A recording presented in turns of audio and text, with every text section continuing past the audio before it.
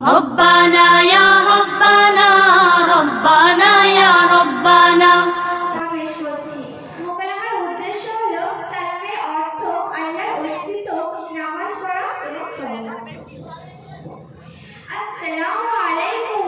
আরে বোন, তুমি আমাকে সালাম দিলে না? তুমি জানো না এখন মডার্ন যুগ, এখন কারোর সাথে দেখা হলে hi, hello, how are you কিংবা good morning, good evening, good night এসবই বলতে হয়। আরে বোন, সালাম দেব না? সালামের অর্থ কি জানো?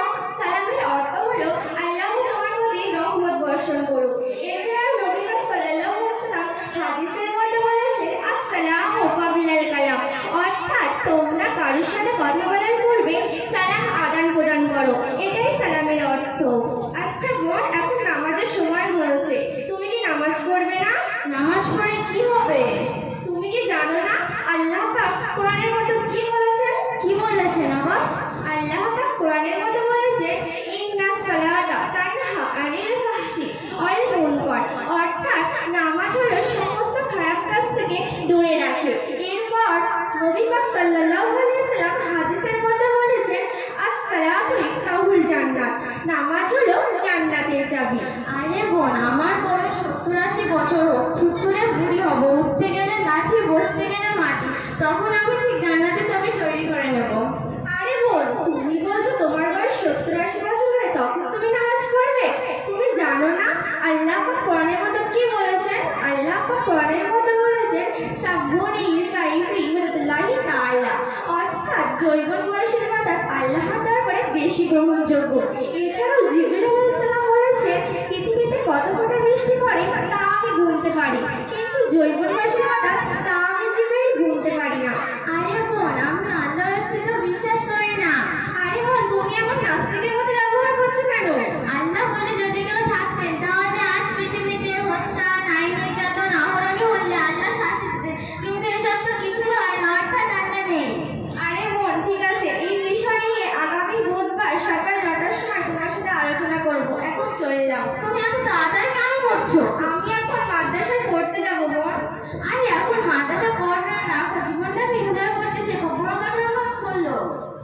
আরে বোন, জানো না নারীরা বিপদে থাকলে আল্লাহর রাসূল নারাজ হন? তোমাকে আমি আগেই বলেছি আমি আল্লাহর অস্তিত্ব বিশ্বাস করি না। আচ্ছা বোন, ঠিক আছে, এই বিষয় নিয়ে আগামী বুধবার তোমার সাথে আলোচনা করব। এখন চললাম। আসসালামু আলাইকুম। আরে তোমার এই সালামের ভন্ডের সাথে আমি তর্ক করতে চাই না। আরে বোন, তুমি আমাকে ভণ্ড বলছো কেন? ভন্ড বলবো না, গত শনিবার নবী পাক সাল্লাল্লাহু আলাইহি ওয়াসাল্লাম হাদিসের মধ্যে বলেছেন অর্থাৎ সিলাতুল জান্নাত, অর্থাৎ দায়ী ব্যক্তিরা কখনো জান্নাতে প্রবেশ করতে পারবে না। আচ্ছা বোন, তাহলে তো আমি জীবনে অনেক ভুল করেছি, অনেক পাপ করেছি, তাহলে এখন আমি কি করব? কেন? তওবা করো, আল্লাহ নিশ্চয় তোমাকে ক্ষমা করে দেবে। তওবা, সেটা আবার কি? খেতে হয় না মাখতে হয়? নাউজুবিল্লাহ নাউজুবিল্লাহ, তুমি মুসলমানের ঘরে মেয়ে হয়ে বলছো তওবা খেতে হয় না তাই মানতে হয়? তওবা হলো কোনো ভুল কাজ করলে সেটি তওবা করে আর পুনরায় না করা। আচ্ছা বোন, তুমি আমার সাথে তওবাটি পড়ো, তুমি শিখে নেবে। আস্তাগফিরুল্লাহ। আলহামদুলিল্লাহ। আরে আলহামদুলিল্লাহ নয়, আস্তাগফিরুল্লাহ। আস্তাগফিরুল্লাহ। হাল্লাযী হাল্লাযী। হাল্লাযী নয়, হাল্লাযী হাল্লাযী। লা ইলাহা লা ইলাহা ইল্লা হুয়াল ইল্লাল্লাহ। ইল্লা ইল্লা হুয়াল হুয়াল হাইয়ুল কাইয়্যুম হাইয়ুল কাইয়্যুম হাইয়ুল কাইয়্যুম ওয়া আতুবু ওয়া আতুবু ইলাইহি লা হাওলা লা হাওলা ওয়ালা কুওয়াতা। ওয়ালা কলকাতা। আরে বোন, ওয়ালা কলকাতা নয়, ওয়ালা কলকাতা নয়, ওয়ালা কুওয়াতা ওয়ালা কুওয়াতা ইল্লা বিল্লাহি। দেখো দেখো, কিছুই জানে না, ইল্লা বিল্লাহি হবে এটা। ইল্লা বিল্লাহি আলিল আযীম। আলিয়্যিল আমিন। আরে বোন, আলিল আমিন নয়, আলিল আযীম। আলিয়্যিল আযীম। আচ্ছা বোন, তুমি আমার সাথে আরেকবার ভালো করে বলো, তুমি শিখে যাবে। বলো। আস্তাগফিরুল্লাহ। আস্তাগফিরুল্লাহ। হাল্লাযী হাল্লাযী লা ইলাহা লা ইলাহা ইল্লা হুয়াল ইল্লা হুয়াল হাইয়ুল কাইয়্যুম হাইয়ুল وأتوب ইলাইহি إليه লা হাওলা لا حول ওয়ালা কুওয়াতা ولا قوة ইল্লা বিল্লাহি إلا بالله আলিয়্যিল আযীম। العلي العظيم এবার বললে আগামী বুধবার সকাল 9টার সময় দেখা হচ্ছে, কিন্তু এখন কটা বাজে খেয়াল আছে? এখন দুপুর 2টো বাজে, আর আমি এতক্ষণ বোকার মতো তোমার জন্য অপেক্ষা করেছিলাম। আরে বোন, তোমার এতক্ষণ দাঁড়িয়ে রাখার জন্য খুবই দুঃখিত, কিন্তু আমার কারণটা শোনো দেরি হবার। আমি কোনো কারণ শুনবো না, আমি গেলাম। না বোন, দয়া করে আমার কারণটা তো শোনো। আচ্ছা, এত করে বলছে যে কালে শুনি তোমার দেরি হওয়ার কারণ। আচ্ছা বোন, আমি খুব সকালে ফজরের নামাজ পড়ে গাড়ি থেকে বার হয়েছিলাম। তারপর গাড়িতে উঠে দেখলাম সামনে বড় এক জঙ্গল। তারপর সেই জঙ্গলে নেমে দেখলাম বড় প্রকাণ্ড নদী। সেই নদীতে গিয়ে দেখলাম একটি নৌকাও ছিল না। তারপরে আমি ভাবছিলাম কি করব। তারপরে দেখলাম আপনা আপনি একটি গাছ কেটে গেল। তারপরে দেখলাম সেটি আপনা আপনি চেরাই হয়ে গেল। তারপরে বিনা মিস্ত্রিতে সেই নৌকা তৈরি হয়ে গেল। তারপরে সেই নৌকা থেকে আসতে আমার এত দেরি হয়েছে বোন। যদিও তোমার সাথে 2-4 কথা বলতাম, কিন্তু এখন মনে হচ্ছে তোমার মাথা।